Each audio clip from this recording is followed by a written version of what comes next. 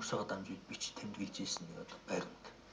Тэгэхээр цаасан дээр юм уу одоо даавуу торгон дээр үлдсэн тэр удам ургийн бичээс бол байсан гэдэг нь маш тодорхой. Хамгийн одоо ойрох жишээ бол 300 жилийн Манжийн төг Монголд одоо ноёрхлоо тогтохдоо эртний одоо ван гүнгүүдийн удмын гэрэн угийн бичгийг хурааж аваад тэр угийн бичгийг хурааж авсныгаа ван гүнгүүдийн илтгэл шаштргээд тэр одоо Монголын хаад язгууртнуудыг Манжийн эзэн хаанаас удам гаралтай болгоод бичсэн түүх. Тэгээ энэ юу харуулж байна гэхээр нөгөө удмын бичгийг мартуулж одоо өөр угсаа гаралтай болгож одоо бичих гэсэн ийм одоо толт бодлогын нэг тодорхой жишээ.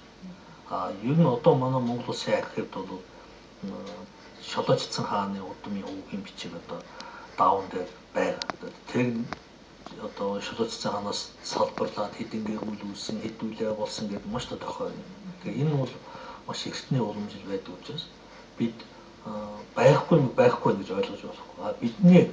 Өнөөдөр бидний гарт бодитог бичээс ургийн бичиг тэг болгоно одоо олдоогүй гэдэг л одоо байгаа нь ганц шалтгаан.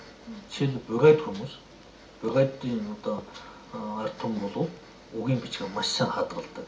Хамаараа дамжуулж ярьдаг. Ер нь бүхий л монголчууд тийм байсан л да. Жишээл одоо бид л орчин цагийн бид өвөө аав эцэг гэхээсээ бид ямар удамтай угсаатай гэдгийг ярьж асууж лавлж байгаагүй одоо мартаад байгааг нь соёлын одоо давлгааны нөлөө гэх юм уу. Ер нь бол монголчууд үеийн үед бичгээр биш юм хэрэг амаар дамжуулж энэ удам угсааныхаа ургийн бичгийг дамжуулдаг байсан уламжлалтай.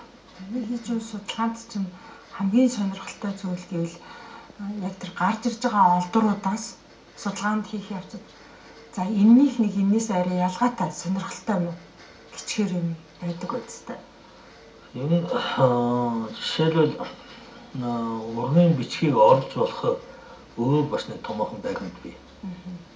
Одоо жишээлбэл хүмүүнэрийн хаад язгууртны булшнаас гарсан тамга. Тэгээ одоо тамган дээр жишээ нь наран тамга, сэвэ тамга, гэрээ тамга гэж бий. Тэр тамга хожимын Монголын эзэнт гүрний хаадын тамга болсон.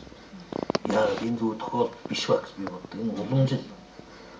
Тэгээ тэр хаад тэр удам угсааныхаа тамгыг өөрсдийнх нь төр барьж явах үедээ гаргасан цоос мөнгөн тэмдэгтэнтэйгээ сийлээд тавьсан байна. Тэгээ энэ судалгааг хийсэн доктор Нима гэж хүн Монголын эзэнт гүрний зоос мөнгөн тэмдэгт бол бүх хаад одоо жишээлбэл угсаа залгамжлаад Чингисийн удмын одоо бүх хаад угсаа залгамж хаан ширхэг суугатаад мөнгөн тэмдэгтээ шинжилдэг. Тэрнийг гаргаад тэр хүний тэрний тэд онд хийсэн зоос гэдэг маш тодорхой. Энэ одоо ургийн бичгтээ энэ төвчл байранд гэж ойлгохгүй. Одоо бичгээр үлдээсэн тийм юм байна.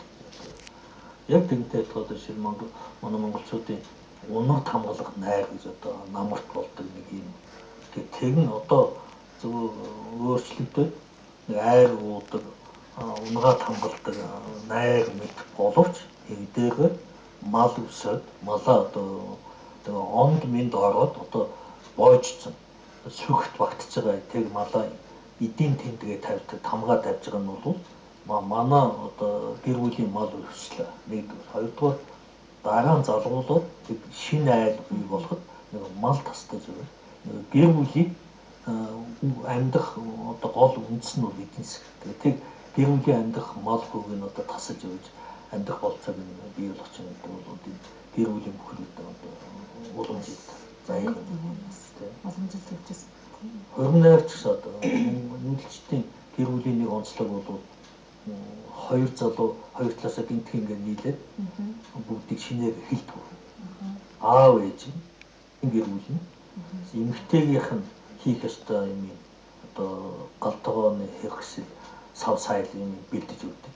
Эмэгтэйгийнх нь тэр мал ахуйг нь бэлдэж өгдөг. Тэгээд хоёр талын энэ хоёр залуу бол эдийн засгийн хувьд бол бат доктортой бий болсон. Тэгээд цаашаа одоо амьдрах болцоотой. Би нас биеийн хөхөөс гадна гэр бүл цаашаа амьдрах явах одоо гэр бүлийн эдийн засгийн хэмжээнд бий болсон гэдэг ийм боломжтой.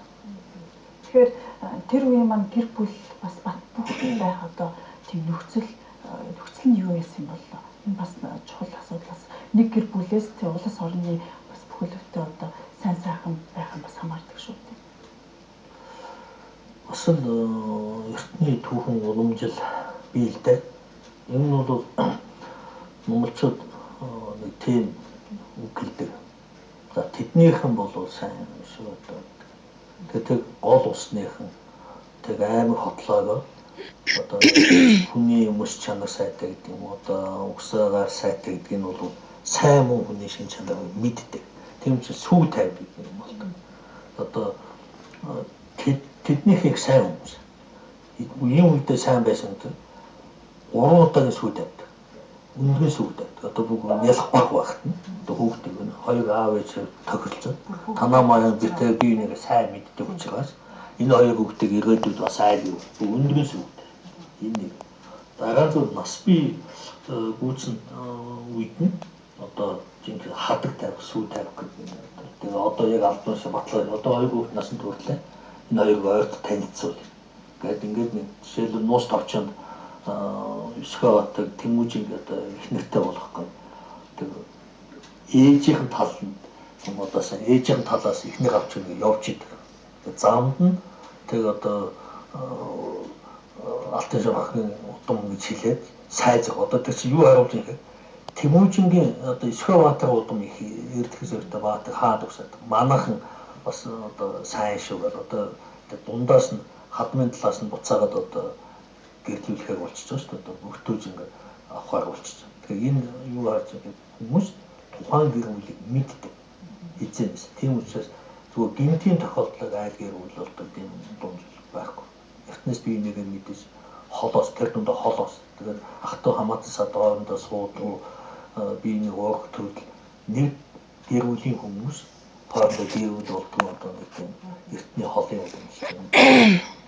Ер нь би бодохдоо энэ түүхэн эртний уламжлалыг ингээ харж байхад нүүдэлчид угаасаа байгалийн хүний бие физиологийн онцлогийг сайн мэддэг байсан.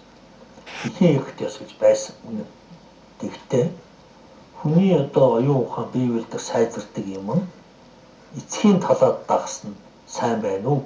Ихийн талаад дагсан сайн байна уу гэдэг одоо нэг байгалийн угаасаа олон мянган жилийн шалгуур мэдэгдсэн. Тийм учраас лавтай бие бодохдоо энэ лавтай хөрөл зэвсэг юм эхэлсэн байна. Хүний үед бол тодорхой сонгодог болцсон. Тэгээд тэг нь одоо эцгийнхаа удмыг дагаж юм явдаг. Тийм ч учраас монголчуудын тэг хайр гарсан бие харамсан сум хоёрыг адилхан гэдэг бол одоо тэг тухайн гэр бүлд очсон эмэгтэй бол тухайн гэр бүлийн угсаа залгамжлал одоо юм Чингис хааны ч одоо охтууд байсан шүү дээ.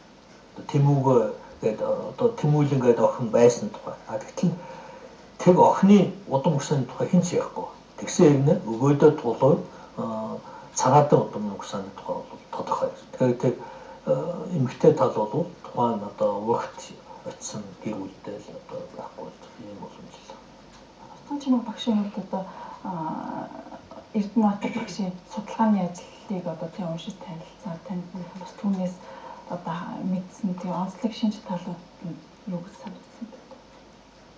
Тэгэхээр манай багшийн хувьд бол тэгэхээр маш олон жилийн мэргэжлээр ажиллаж байгаа. Маш ариун туршлагатай.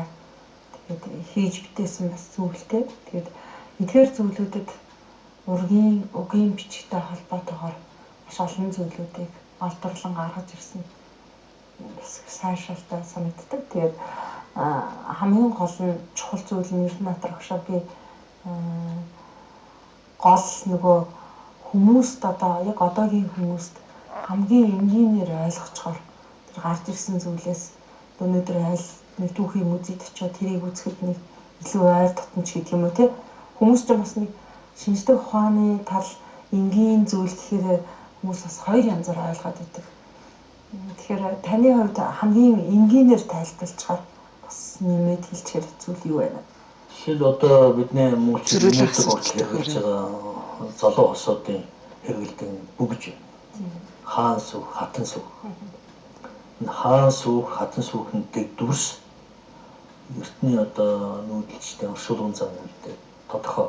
Жишээл хаан сүх гэдэг дугуй шүд тийм хатан сүх бол одоо жишүүдээр үлж. Тэгээд дугуй хүрээтэй дөрвөлжин үедээ хэрэгсүү улшийг дугуй дөрвөлжин хоёрыг ялгаатай хийж байгаа гэдэг нь бол нэг овг аймаг угсааны доторх юм адилхан гаднах булшны хэлбэр тийм ялгаатай байгаа нь юу гэж байна. Энэ хүн эмэгтэй хүний оршил, энэ хүн бол эрэгтэй хүний оршил бол тэгэхээр хүний амьдралын том үйл явдал. Төрх үйл явдал одоо гэр бүл амьдралцгаа хүн эцэст нь одоо нас байх. Энэ гурван үйл явдлын цан үеийн одоо давхцал нь одоо бидний монголчуудын одоо соёлд маш тодорхой хавуулмаг юм байна. Тэгэхээр жишээл хүүхэд төрөхөд эмэгтэй хүүхэд төрөх одоо төрсний дараа тоонот гэдэг хүү цөглөн гэж монголчууд хэлдэг шүү дээ. Одоо хүү. Тэг хүү цөглөн эмэгтэй хүүхдийн одоо зүүн хатавч нь эрэгтэй хүүхдийн баруун хатавч нь хүүгийн одоо дарж одоо хүү цөглөж хүмүүс одоо хүү цөглөл миний хүү цөглсөн газар гэж хэлнэ. Миний одоо тоонот гэж хэлдэг. Тэр чинь явж ирэв нэг чулуутай холбоотой. Тэр нөгөө гэрэн баруун зүүн талд тавьдаг нөгөө л уламжлал явж байна. Эмэгтэй эрэгтэй хүн эзэлдэг гэрт эзэлдэг байр суурь эмэгтэй хүн зүүн талд эрэг хүн одоо баруун талд ч гэдэг юм. Одоо энэ уламжлал гих мэтэг юм зөвхөн тохиолдол биш.